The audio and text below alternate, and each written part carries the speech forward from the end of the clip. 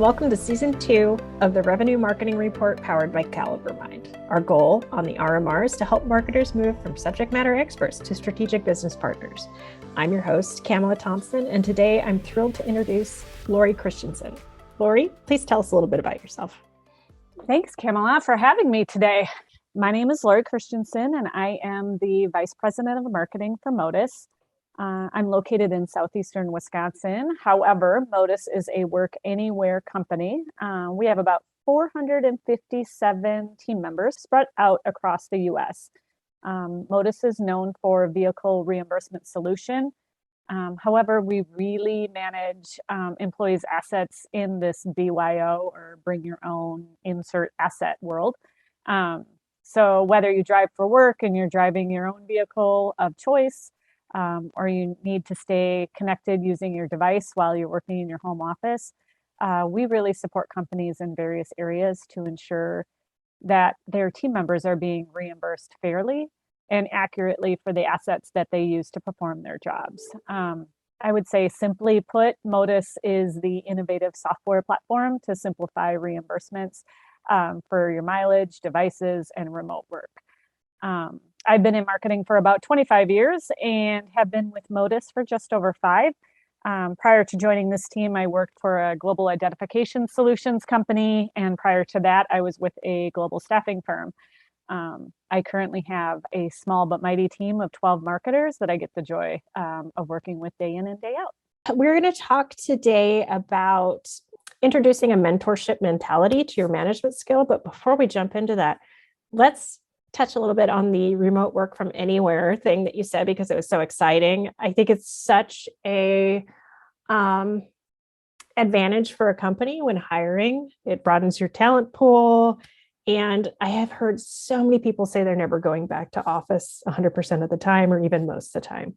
How do you feel about that as a kind of competitive edge when it comes to hiring? Well, when you think about, the kind of what research shows us today of why people are leaving companies, right? And they are leaving not because they're looking for the better opportunity or more money. They're leaving because they want that flexibility, right? And, I know we'll talk today, about kind of going back, but I think that ultimately, Motus was already a work anywhere company pre-COVID. We were, allowed to work from home or work from anywhere. COVID just kind of accelerated it of like, this is how we're going to be. We're going to get rid of our offices. And I think that people want that, right? Now they've gotten, if you were working from home in 2020 and you didn't have to commute and do those things, I think that people are like, this is kind of nice. This is kind of nice that I can, we say find your own balance. So it's no longer about work-life balance. It's really what your balance is, because what your balance is and what my balance is of trying to figure could be different. Mm-hmm. And so, it's all about finding your own balance, and working from anywhere allows you to do that. Yes. Yeah. And as somebody who spends 6 months on the road in an RV traveling the country and absolutely loves it, it's amazing to have that flexibility. But the benefits range from I can throw a load of laundry in right now to I can help take care of my family member who needs extra support right now. So it's amazing. I love it. So mentorship. Let's maybe talk about what a mentorship lean to your management style means. Well, I find myself, I'm definitely a personable person, I guess. So I could say that 10 times fast, but I really like to connect with my team. So I think being a leader and a manager is so much more than let's check in and let's check things off the task list and let's just close it down and go back and do it all again.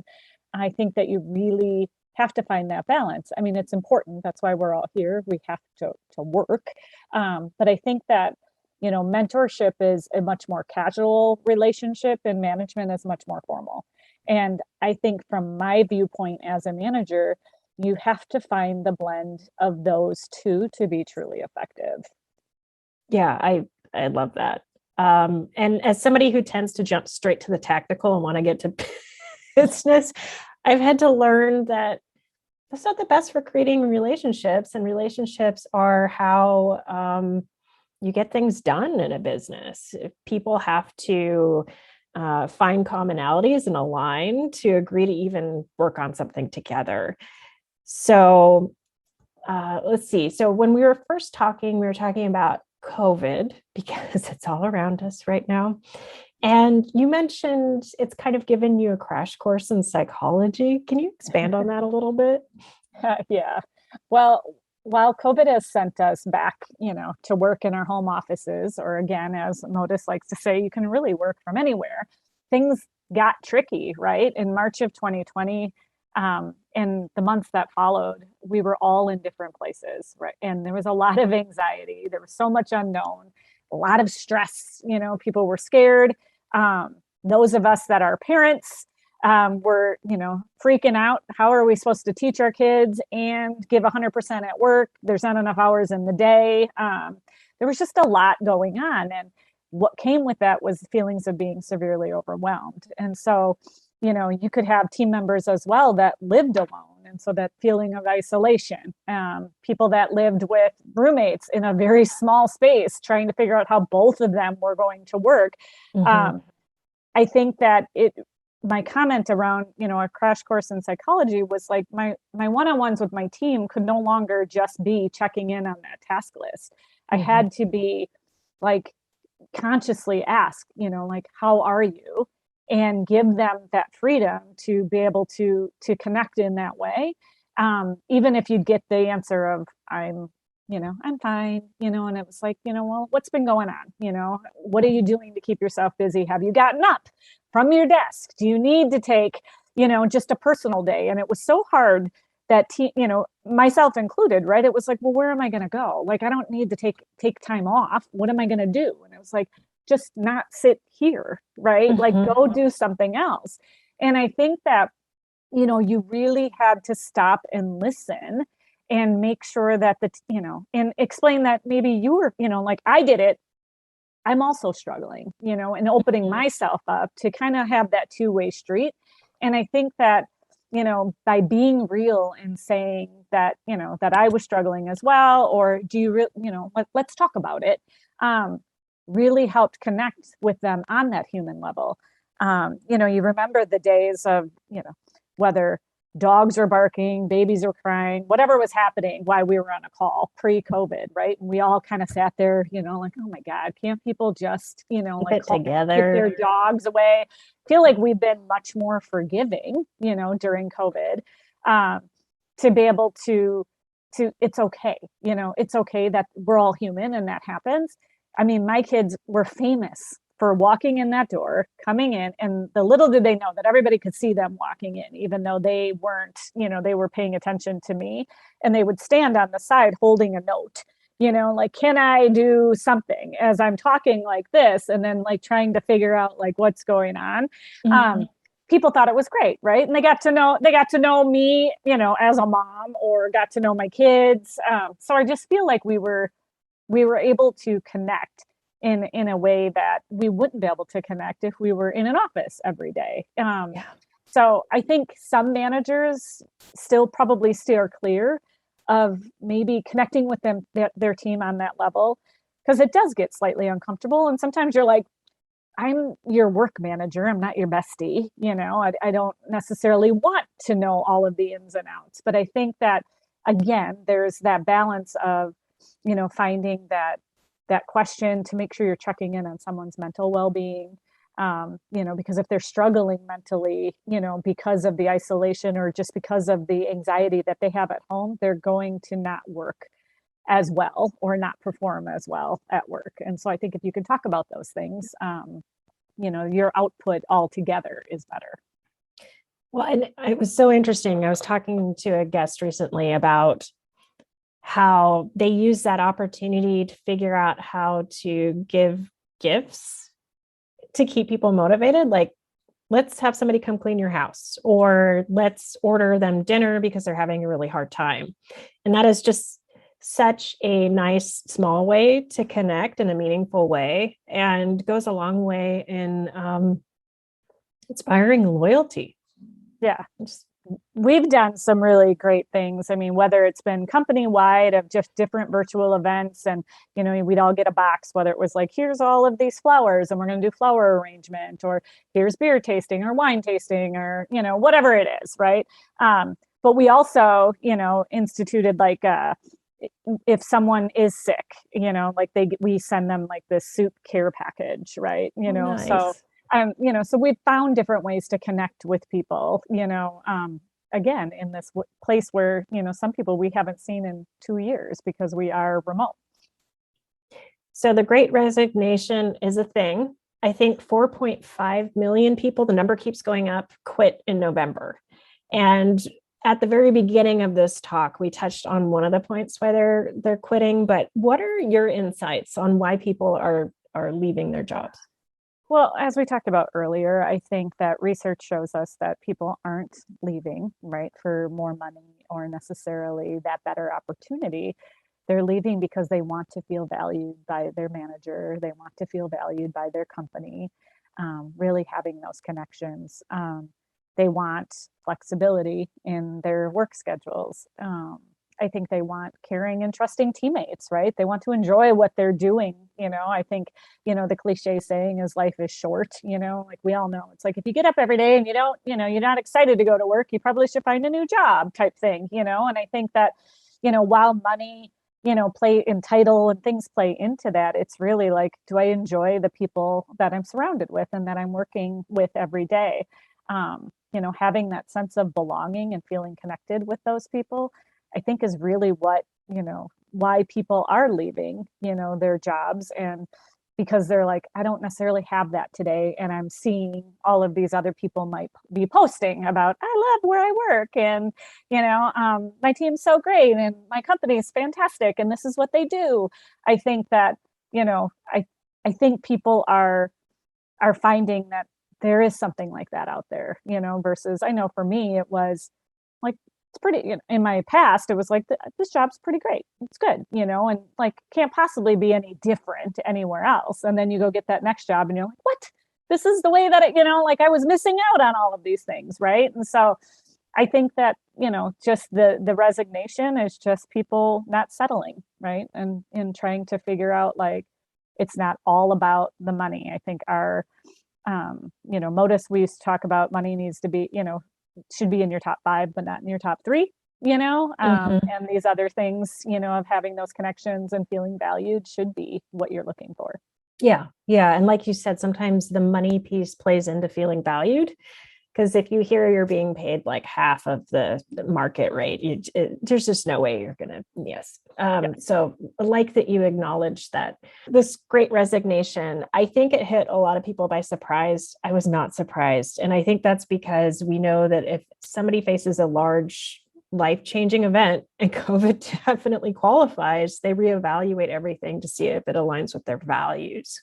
Have you seen that like before COVID? That kind of pattern?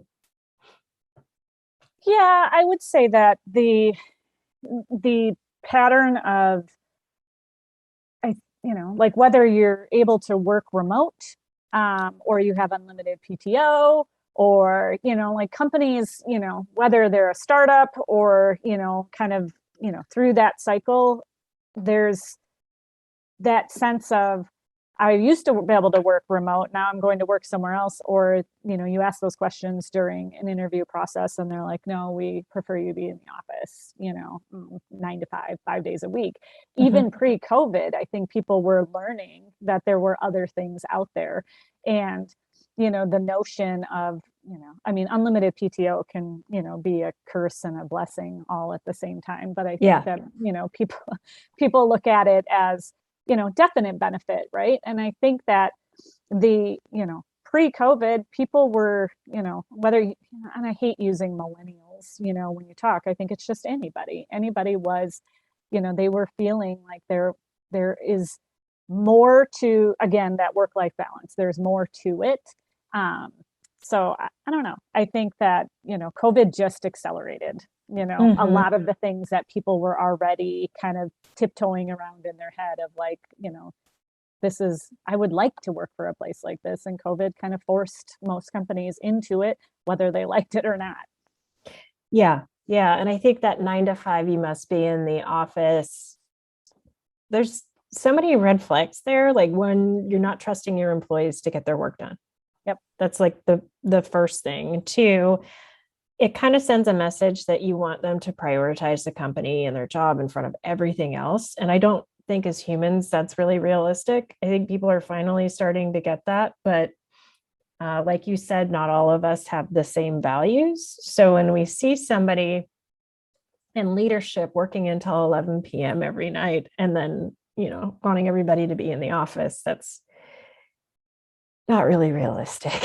Well, and that's a great point. I think that, it's even during COVID, but pre-COVID, like as a leader, making sure that you're leading by example, right? Mm-hmm. That you are taking time off and that you're not sending emails after hours and on the weekends, because like people will start to feel like, well, Lori was, on vacation with her family, but she was connected all the time. So if I go on vacation, I must have to be connected all the time. Yeah. And so, and we have, it's easy to be connected all the time, but as a leader, you have to be able to trust. And it's not a 9 to 5 day, maybe some people, you take a few hours off during the day for whatever reason, and you're going to log back on at night. And, that's okay. But if people feel that, that their managers or their leaders are connected 24/7, then they feel like they have to be connected 24/7. And that's not healthy. Oh, again, an excellent point. It's how people handle their mistakes, how they handle their communication, everything just rolls down. I'm seeing this shift. When I first entered the workforce, you really weren't supposed to show any emotions. I was always coached on how I should be communicating. If I stated an opinion very boldly, I was pulled aside later and told to kind of like cushion that a little bit more. It just drove me nuts. Yes. So I think I'm starting to see this little shifts, acknowledging that people can't be on point all the time. And sometimes things are going to be messy. Do you agree with that? Absolutely. I think, I've experienced that in my career as well. And, while some of it I feel like is very female driven, right? Don't show too much emotion. Mm-hmm. I am definitely animated. If impassionate, I like to use the word passionate versus emotional, Yes. Yeah, me too. I think that, either I get real excited about something, or if I'm irritated by something, I'm going to let you know as well. Mm-hmm. And, and over the years, it has always been that same, kind of that same advice of, like, this is how you could have handled that better, Yeah. And it's like, but this is me, you know what I mean? Like, I'm not a different person when I walk into that room or, sitting behind the computer, this is what you see is what you get, and, so if, sorry that you don't like it, but somebody out there will, and I truly feel like through my career, my passion for, what I do and how I operate is really gotten me to where I am today, just because I haven't tried to fit in that box of don't show emotion. It's not like I'm crying, like they're, like you're having all of these tears, but that's okay. There are times when you will. I was going to say, there are times where it's like, whether the frustration gets to you where you just need to have that moment. And that has happened in my career. And I still think that that's okay. Like that's the way that people show and share that versus, going and hiding in a room and then not showing that and then coming back out, going back to your teams, as I get older and I have younger people on my team, I think it's important for them to be able to see that it's okay, that you're not perfect all the time, and it's okay to show that emotion. At the beginning of our conversation, you mentioned that it's important to acknowledge your teammates are human and connect with them on a more human level within reason. Just in case somebody out there needs to know what the boundaries are, can we give examples of good things to share, things that we maybe hold back on? That's interesting. That's a good question. I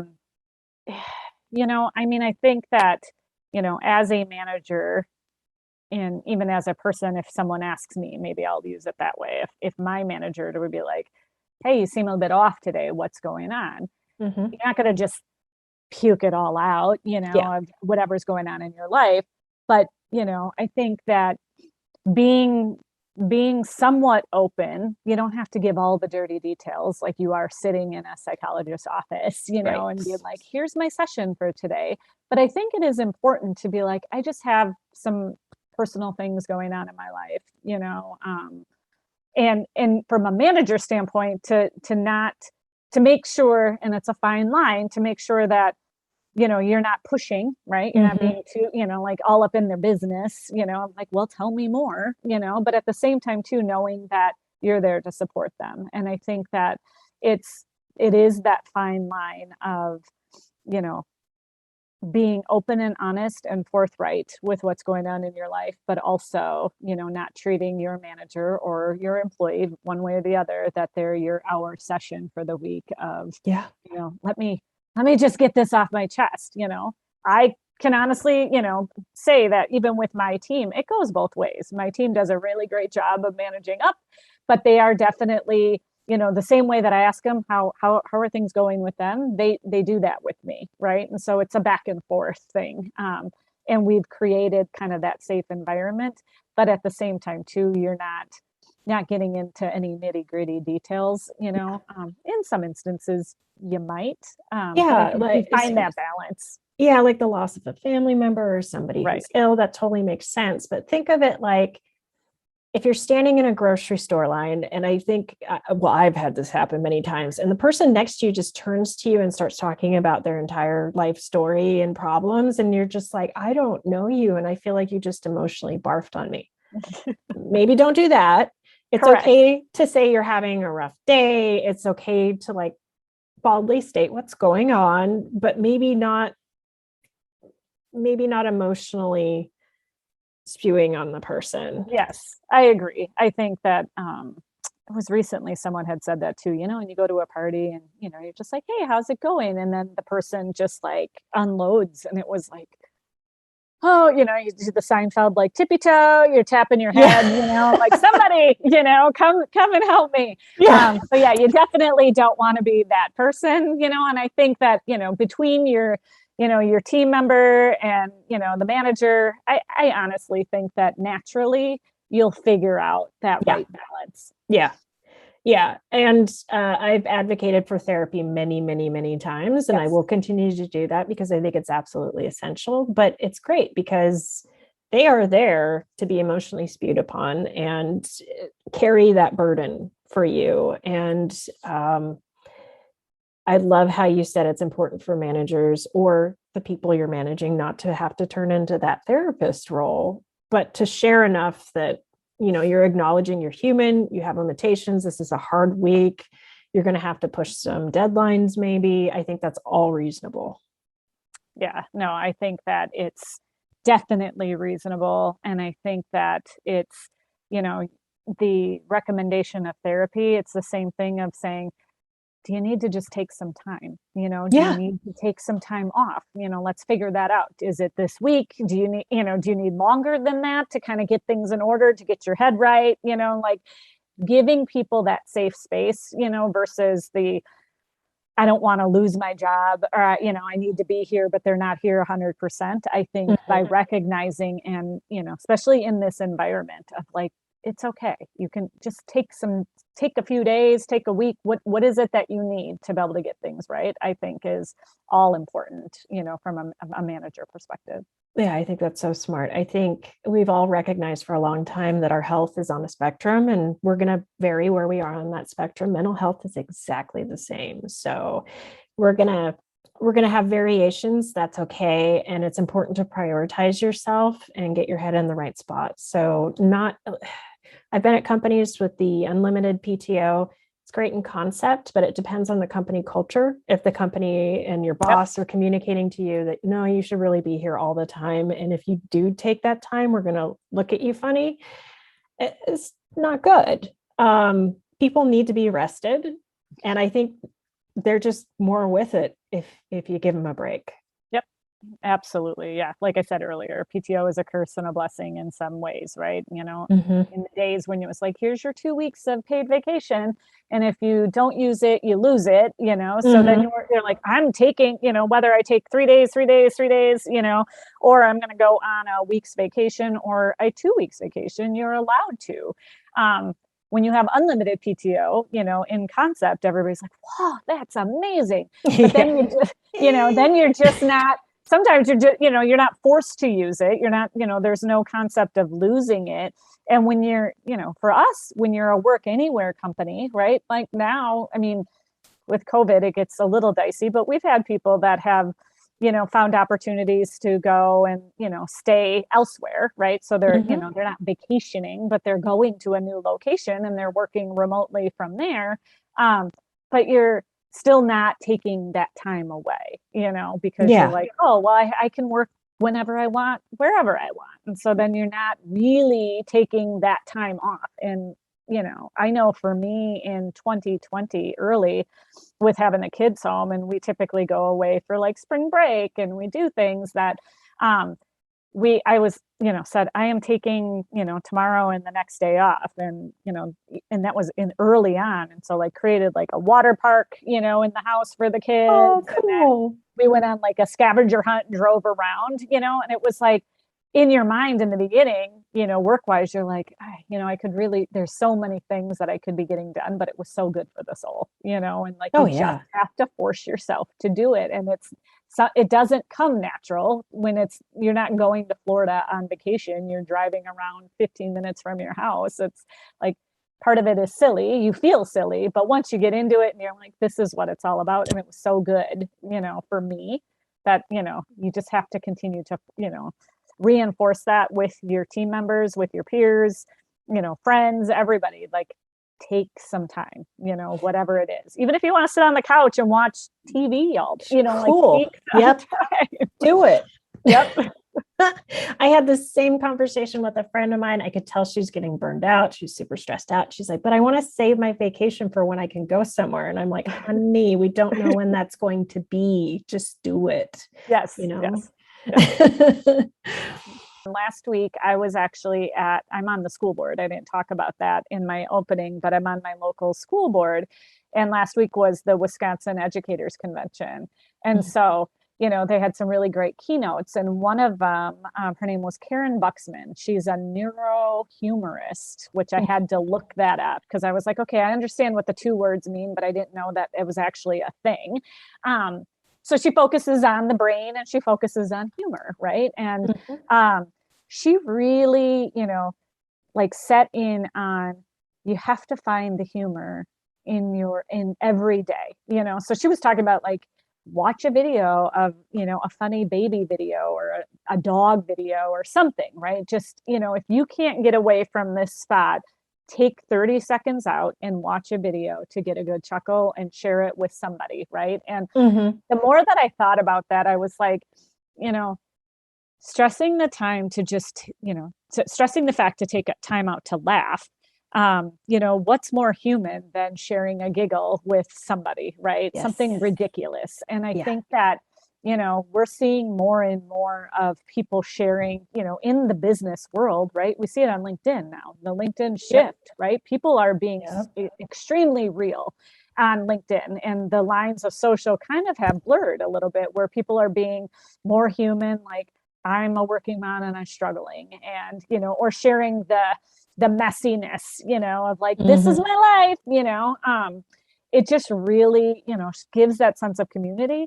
But I tell you that we all love to like laugh till we cry. Right. And I think that, it feels like you have to find and seek some of those opportunities, versus it's not just happening around us when we're sitting in our home office by ourselves, and share that with other people. And so, whether it's, a funny video, a ridiculous TikTok, whatever it is that sharing that with even coworkers, that we've started to do, to do that, where it's like, God, you have no idea how much I needed, that giggle today. So even though you're not in the office sitting next to each other, like, oh my God, did you see this? Sending it, and having that interaction, I think is super important. So, yeah, I think so much of happiness is finding ways to reset the inner monologue that you have going on. I know I'm not the only one that has negative self-talk happening. So judgments and distracting yourself, giving people compliments, sharing funny videos, like all of these things are just a way that you can kind of shake things up. And I love that how your coworker said, wow, I really needed that. And we all do. Right. I didn't know, you know what I mean? Yeah. Just assume, like, I knew I needed it, so I'm going to share it out there because I feel like it was funny. And it's definitely, it gives you a second to stop in your mundane day to day, whatever's going on, and be like, yeah, that was pretty funny, and enjoy that. Yeah. I don't know. I think that, we're in this time of, I know people are out there still saying, like, I can't wait till we get back to normal. And what is that? And I don't know if I definitely want to go back to all the things that were pre-COVID, because as we talked about today, there has been some good things that have come out of this, and so some those silver linings that have, kind of brought, whether I think they would have probably come sooner or later, but COVID made them come sooner. I think that, the idea of going back to normal, we've evolved, right? And just as, we've told the story here and used it in content around like how the internet changed the way that we worked, or how iPhones changed the way that we worked.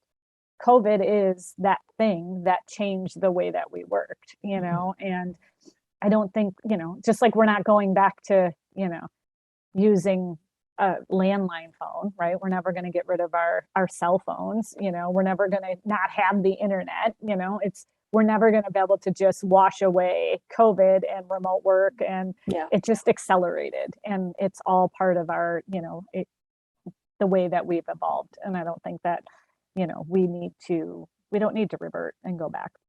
Yeah. And for those of you clinging and hoping for the day to go back, you're going to lose some employees. Like, you really need to sit and balance out, is it something I can adapt to and figure out how to change my management style to suit it? Or am I comfortable losing all those folks? So, I think, I mean, last week when I had to drive into the city for the convention for work, granted, traffic isn't bad like it was, pre-COVID, but at the same time too, like the first day, it's like, oh God, it's been a long time since I've, had to commute 30 minutes. And then, on day 3, it was like, oh God, like I don't miss this. Don't miss it at all, and I think that, regardless of where you're working, remote working. I mean, I work from the pickup line, every day, picking up my kids, and it's great to be able to have that flexibility. And I think that as we continue to evolve and continue to move forward, that's what people are going to want. Yeah, agreed. Lori, thank you so much for being a guest. Where can people find you online to network? LinkedIn, Lori Christiansen. I am definitely, try to be a, an active member there, and again, sharing my experiences and what I'm going through as well. So I'd be happy to connect. Wonderful. So those of you listening, if you enjoy the podcast or enjoy the video, please subscribe, rate, share with friends, and get in touch with us at hello@calibermind.com for guest ideas and topic ideas. Thank you for listening. And for more great content like this, check out calibermind.com.